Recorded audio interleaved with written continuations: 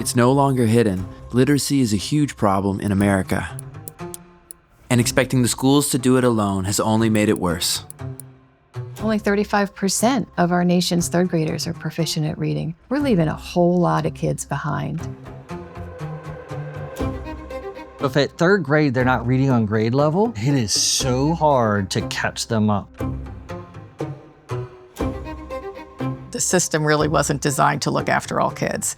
From kindergarten to third grade, kids learn to read. After third grade, they read to learn. And if they can't, They're going to be behind, not just in reading, but in math and science and social studies. The work just keeps getting harder and harder and harder. And if you can't read, you can't learn. When we don't get them at the right time, society pays.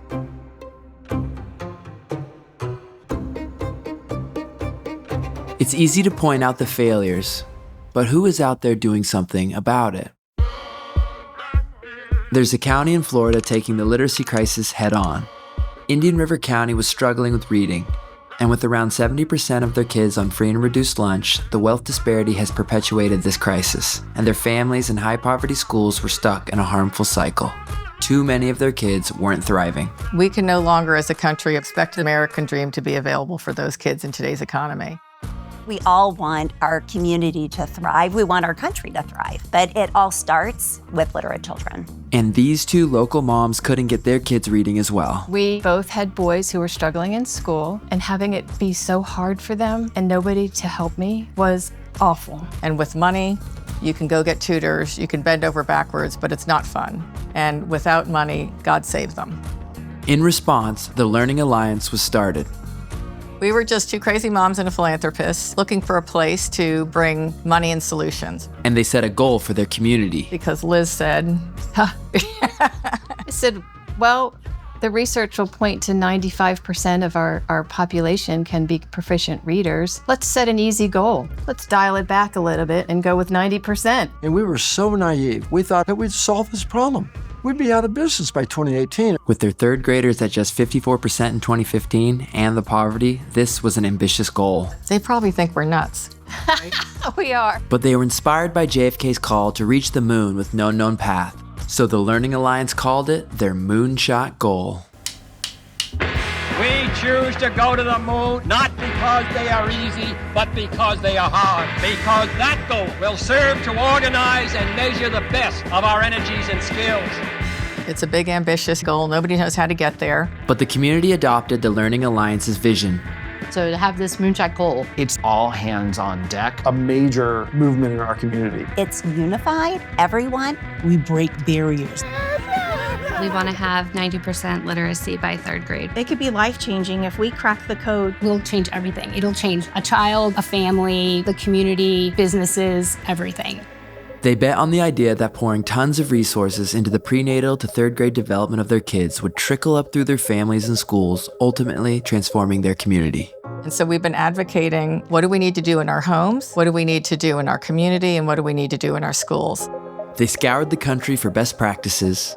Liz completed her master's in learning disabilities, and they started piloting in-school, after-school, summer school, and teacher development programs. It wasn't, let's just do a program that moves, 20 kids. We wanted something bigger and more. Why don't we use the public school system and use the facilities that are here already to improve the lives of these kids? They made progress with the support of school district, but were having a hard time scaling enough to reach their goal. It's scary. It's scary to say 90%, right? You don't know how many times people have thrown mud in our face and said, oh, you're not there, you failed. And you have to persevere through that and say that the vision and the goal is worthy of us failing multiple times until we figure it out. And then the school district made a big change.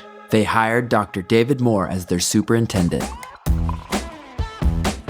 We will truly act in the best interest of children. Dan the torpedoes, go ahead and fire me. We have to change. We're not going to lower our expectation. And the day that I have to sacrifice that is the day I'm out. He was drawn to the district because of the community's effort and was aligned with the Learning Alliance's mission. I'm going to invest in K1 and 2. So by the time they get to 3rd and beyond, I can change the experience by making sure they never get behind. He brought his system change skills and a new culture to the district, and the school system bought in. It's all about what is best for students. We're not going to worry about adult comfort. We're not going to worry about whether we like it. Public education many times has failed our communities because we have been adult-centered. They put their kids at the center of everything they do. If we all have this collective goal of everyone being literate by the end of 3rd grade, what are we waiting for? Like, let's go now. And the collective effort is really starting to pay off. In the last 5 years, their district grade has increased 33 state rankings, and now they are 2nd in the state in 3rd grade reading.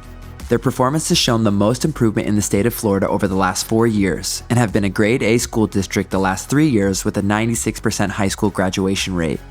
Since 2015, their high poverty elementary schools have improved dramatically with only 2 B rankings. And while the state's 3rd grade reading scores have only risen 4 percentage points over the last 10 years, their scores have risen 17 points in that same time. And since 2012, the Moonshot moment has been recognized by the Campaign for Grade Level Reading more than any other community. This is still a story in progress, and only some of their schools are starting to reach their goal. But something special is happening here. We can do hard things. We can do hard things.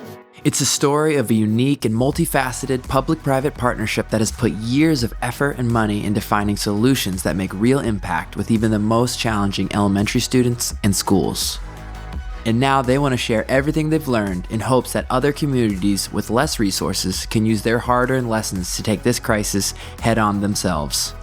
Something unique is happening here in the Indian River school system, but it doesn't have to be unique. Everyone can do this work. Everyone can engage in these kinds of conversations to experience this community success that Indian River County is experiencing.